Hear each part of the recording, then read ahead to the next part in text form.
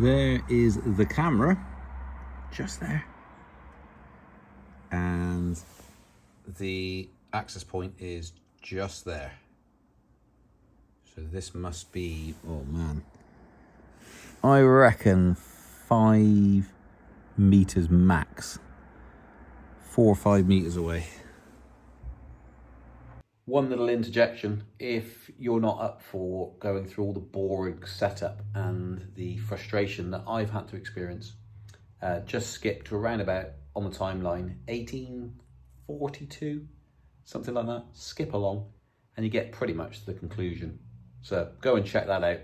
If you want to go through the motions of that in-between bit, feel free to see the pain points I went through. But if you're just looking for, should I get this camera, have a little listen at the end, about 1842. Skip along and enjoy the rest. Just going to check right by the node and just see what speed we're getting. Just to check that, and then I'll go and climb up the ladder and test it from where we are from the camera. So these speeds should be perfectly adequate, but it does seem to really struggle. Okay, let's go and test right by the camera. Still adequate for what we need. So, wired in, and then there's the solar panel, which actually is producing power currently. And it's just gone really overcast and likely to rain. Got to tidy up these cable ties. There we go. All sorted. So here we are with the camera. That's the view there at 1447. But it says connection failed. So if I go in here, 0.00 kilobytes per second. So it won't connect. So this seems very, despite the Wi-Fi being so close, the access point, I can't seem to get a connection to it at all, which is a bit of a shame. I put the SD card into it because you can't enable the pre-recording basically, but the problem with that is you obviously still need a Wi-Fi connection, because you try and load it, of course, and you can't because it's not actually connected. So I'm not quite sure what's going on at this point in time. No. Okay. I'm a bit stumped on this. It looks as though I can't access anything because it's offline. So all of this won't connect. There's an exclamation mark there. Yeah, so it's all fitted. It's all done. But sadly, the Wi-Fi's gone down. So I can't actually use it. Yeah, I'm not sure what use this is really going to be, if I'm honest. As a security system, that's the problem. That is the problem with Wi-Fi. And you think this is sat 4 meters from a access point, which is inside, obviously. So unless I start drilling through the walls and put in waterproof access points outside, I'm not really sure what use this is going to be, this camera, sadly. 4 meters away, I can't really get much closer, and I should imagine there's some of you out there who are going to be a lot further away in terms of distance between access point and the actual camera. It did have a brief period of time when it was okay. It was fine. But sadly, no, that is not working. I'll just test the internet speed where I currently am. So let's have a look what that looks like. Let's go and test this speed. Right.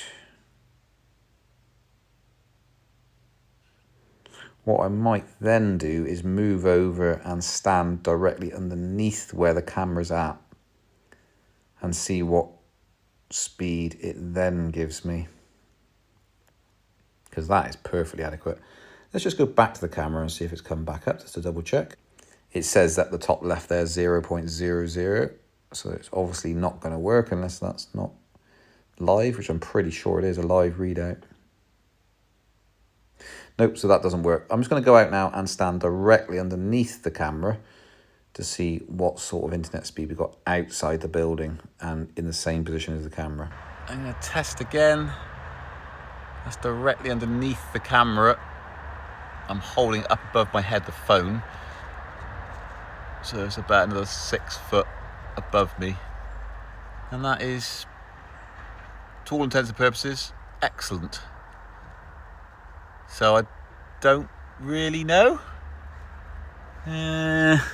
Stumped. Don't know. Oh dear. It's a shame because I climbed all the way up to do it. Tidied it all up and taken the ladder back again. Done the legwork and now the network don't work. Oh! So a bit of a further explanation. There's the camera. There's the access point. Not only that, there's an access point about there. Access point there, which you can connect to. There's also an access point there. So we've got 2 Google mesh systems there, there, and there. So if that ain't gonna cut it, I'm at a bit of a loss. Now, the reason I got this camera is because Reolink just made your wired camera pointless. And I watched that and it really inspired me to get it, because not only does it not have to be wired and it works extremely well, it also works really well with Home Assistant. Part of the issue with that is you need to also get their Home Hub. So not only do you need to buy the camera, but then you need the Home Hub to integrate it directly with Home Assistant. And then everything is accessible locally, of course. So I'm going to unbox this now, plug it in and see if I can pair it up with the camera. Not only that then will give me access within Home Assistant, which is, Home Assistant's not really part of this review. It's just that if you want to automate things, it does give you that access to it. And not only that, you can have it in your dashboard. You know, you can have multiple different brands of camera in the same dashboard. So I'm going to unbox it now, plug it in, set it up, and just see how that goes. Well, it's unboxed. Quick start guide. Comes with a card, which I hadn't realised, which is pretty neat. So just for those of you interested, power, 2 SD card slots, and a LAN port. The problem, I think, is that my switch is in fact full and it has to be connected. So I need to kind of work through that one. I might have space in a router, so my router runs to a Google mesh and everything's run on that mesh. But there's a switch connected to that mesh with 5 things in it already. So I'm gonna have to possibly plug this into the main router and then do it all from there. So that's a consideration. You've got to make sure you've got a free port. If not, if you're getting this, you then obviously need to get a switch as well. Okay, I finally managed to connect. Go back to playback feature. No videos this month. Okay. Rightio, I had to format the card as well. It said there was an error. Wow, it's jumping all over the place, the Wi-Fi connection. 0 point something. So let's have a look. It's got PTZ. So we should be able to go right. Let's see. There we are. So I've gone right. Let's go left. There we go. Let's try another left. There we go. That works lovely. Okay, so when it's working, it works. When it's not, it really doesn't. So that's looking good at the moment. So, okay, so you can change the speed there if you pan, tilt, etc. That's looking good. What does this do? Calibration, we don't need to do that. Looking good. You can talk. You've got another siren that you can set off if you wanted to. You've got a light you can put on. I've clicked it. I don't know if that's on. Yes, it shows it's on. Click it again. I presume it will show it's off. Settings. If we go here, You've got battery, so it has charged up off that solar. I think it will actually operate on solar. PR, motion detection, these are all the things you can get. Let's have a look at this, because I want push notifications on. But has it lost the signal, I wonder, whilst I've been talking? There we go. Let's go here, see if it'll allow it to go on. Okay, push notifications. It's gone back to that menu. Good. Seems to be back up now, just sort of working, which is pretty good. Be nice to have that stable connection, but yeah. There we go. Anyway, that is now working. So just wanted to add that. So what I might do now, can I zoom in? Oh, I can zoom in. Okay, but just sort of to the image. It's not bad though, is it? It's not bad quality. Let's just zoom in here. Look at that. Not bad at all. I like that. Oh no, it's gone down to 0.00. Yeah, lost signal again. Look, 0.00 kbps. And then we're coming back up again. Yep, we're back again. We're back in the money. Right, anyway, let's move on to this, back to this hub. Just a case in point, what I've actually got here, by the way, is a battery backup. Now this, I have to climb under a table. Essentially, this, if we lose power, so I'll just kill the power now, and you will hear it beep, hopefully. This will keep the router, loads of different electronic devices that are plugged into there, the Philips Hue system, loads and loads of stuff. It'll keep it all up. So if I kill it, that now, there we go, beeping, that is still running. And it runs all that stuff. There's no interruption to our internet connection, nothing. Now, this whole house runs on house batteries anyway, but the changeover takes just a little bit too long for sensitive equipment, such as a router, etc. So you're not running on this for any length of time as long as that's up. But I found it extremely helpful. So this year, we've already had, I think, 3 or 4 power cuts. This has kept everything online whilst it switches over. That beeping you can actually turn off if you want, but I want it on because I'd like to know if there's some issue. But yeah, essentially that continues to run. So the point I'm mentioning that for, turn it back on again, is I'm going to plug this Reolink in and put it behind this protected battery and surge protection here. I'm going to put it into here to make sure that also stays online if the power gets cut. Right. Does this turn on? I think there we go. There's a light in the back now. Perfect. That looks like it's doing something. We've got red, so what I'll do now is I'll go to the app and try and see if I can set that up. Now on home, yep, done that. Initialization, okay, got an update, nothing else I can do about that. Please don't cut off the power. Well, even if I had a power cut, it'd be all right, as you just saw. Reolink has joined your network. Okay, brilliant. Okay, I'll come back once the update is done.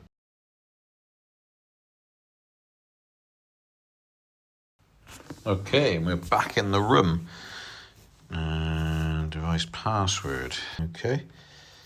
The device has been added successfully. Okay.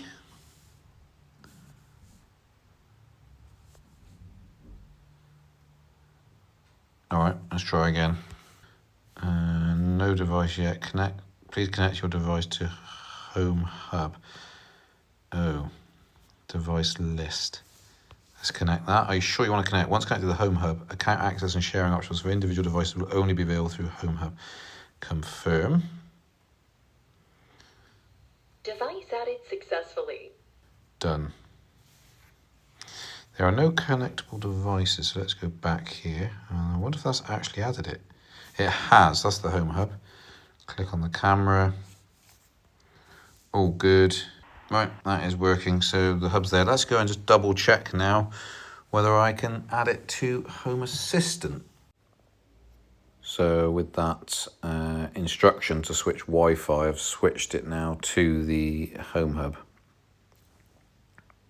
Well, the Reolink hub, if I click settings, Reolink hub there, it's connected by the Wi-Fi there, so that's pretty neat. Push notifications, I'm going to turn that back to on. Understand when I collect devices there, such as push. Let's just say I agree.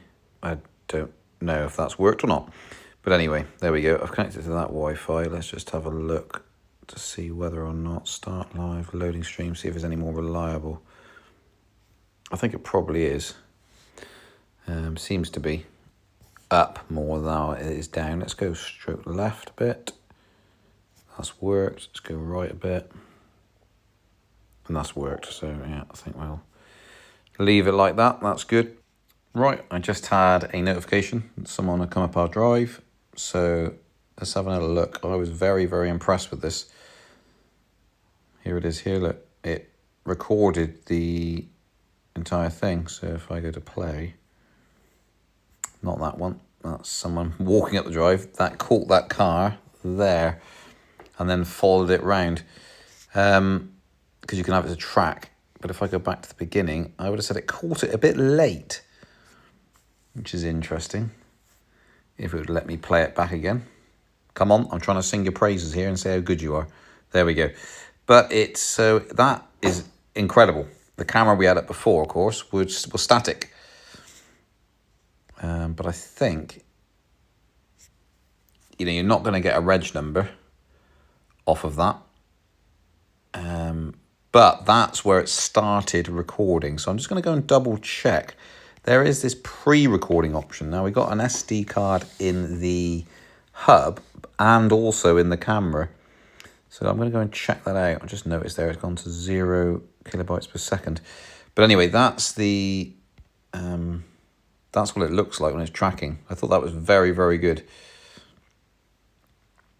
Let's see if it goes back now with 0. It's a very low speed. And then you've got playback speeds, so you can reduce that down if you wanted. Let's have a look what that looks like. There we go. That is very good, isn't it? And as you can see, even though it's quite fast, it is tracking it. So that's pretty neat. I like that. Let's go to settings now. See if we can see this pre-recording thing. Camera recording on. See what option you got. Camera recording, post motion record, the time duration for the camera to continue recording after the motion ends. Just have to note, whilst I'm editing this video, as boring as it might be for most of you, the issue seems to have arisen that pre-recording disappeared once I connected it to the hub. I noticed in the editing because early on, the pre-recording was there and was set up. And the only thing it changed was I connected to the hub, which removed it.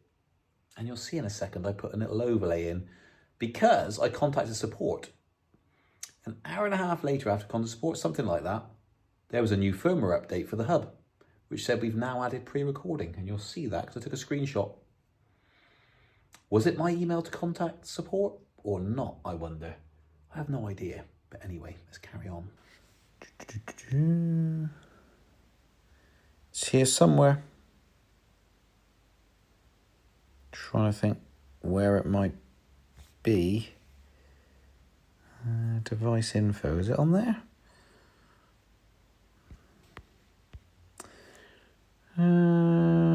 Light, alarm settings, camera recording, somewhere. It tells you advanced. No, that's reboot. Well, this has been up for 3 days. It is being powered by the solar, but it has gone from, it was put up at 100% battery and it's now at 54%. So it is significantly dropping. So it doesn't look like the solar is going to be able to keep up with the power that the camera uses. And of course, that actually means that it's all the way up there. So I don't think that's very user-friendly, because what I'm going to need to do is get a ladder down and charge it up and put it back up again approximately every 6 days, if not slightly less, probably every 5 days. So that's not really doing its job, sadly. Not really sure what to say about that. Just to go over as well in sort of a conclusion of this initial unboxing, setting up, etc. What I've got, just to completely be clear, there's an access point there. There is an access point about there. And also, I've then put the hub there. So the hub's there to there. If I try and connect to this access point, it's jittery, not reliable at all. If I try and connect to this one, it isn't. Bought the hub, and that's connected directly to that. It's the only thing on that hub. Through the Google Mesh system, I've given it priority, saying it's a priority device, which then potentially slows down all the other ones. And with that, it catches about half of the going-ons. So people coming up and down the drive, it catches about half, and the logins are terrible and slow. And so, of course, the answer is to wire. We all know that you should wire security cameras if you want reliability.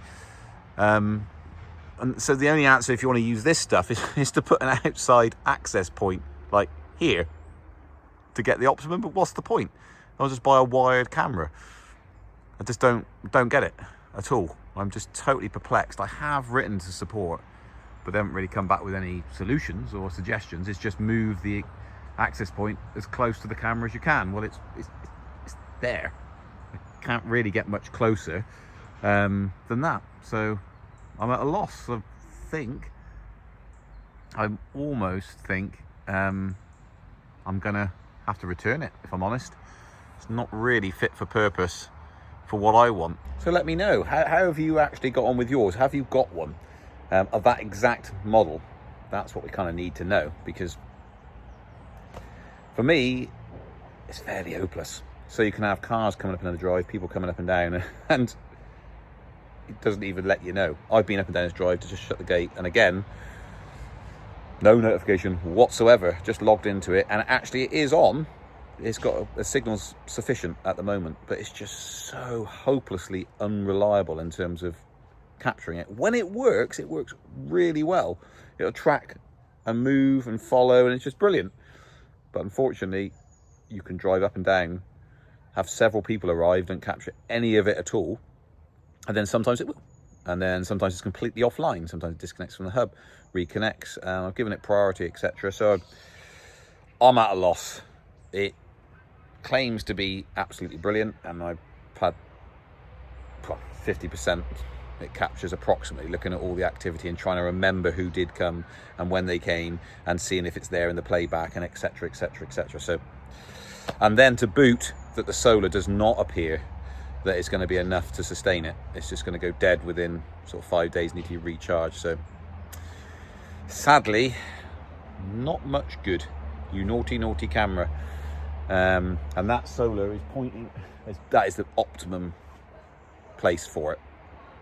So unless I was to run a cable from the mains and run an outdoor access point right next to it, only that way I could make it work. And in my mind, unless I'm wrong, comment below, you're better off just putting a cat cable through and doing it that way. PoE camera? No? Yes? Don't know. I kind of half think, give up on the whole wireless thing, and because on top of that, of course, there's an extra layer which it could be jammed anyway with a jammer. Illegal, but I'm not sure criminals are that worried about that. I'm just better off networking the whole lot. It's a bit of a pain, but it's only a pain for the installation day or two, and for the rest of your life it's all networked in. Whereas with this, it's basically daily a pain 50% of the time. Quite frustrating. So let me know in the comments below, am I missing something? I'm not an expert at all on these cameras. I've had a Hive camera, which was already up there. That's actually worked well, but support for them is stopping apparently in 2025, so next year sometime. So they won't work anymore. And the Ring cameras. Now the Ring cameras actually seem to be work better, but they also miss most of your things you actually want to see. And the Ring doorbell just as hopeless. But again, those tend to work better when there's an access point right next to them. But oh, the world of wireless. Perhaps it is a waste of time, but let me know below. Maybe I'm missing something and there's some magic trick that I can do, but let me know. See ya. And a very quick final second thought. It's now sub 10% battery, and that was installed Saturday. It is now Tuesday. So it was installed about, I don't know, 4 o'clock Saturday afternoon. And here we are, Tuesday midday. I got a warning about 10 o'clock this morning saying 10% battery. So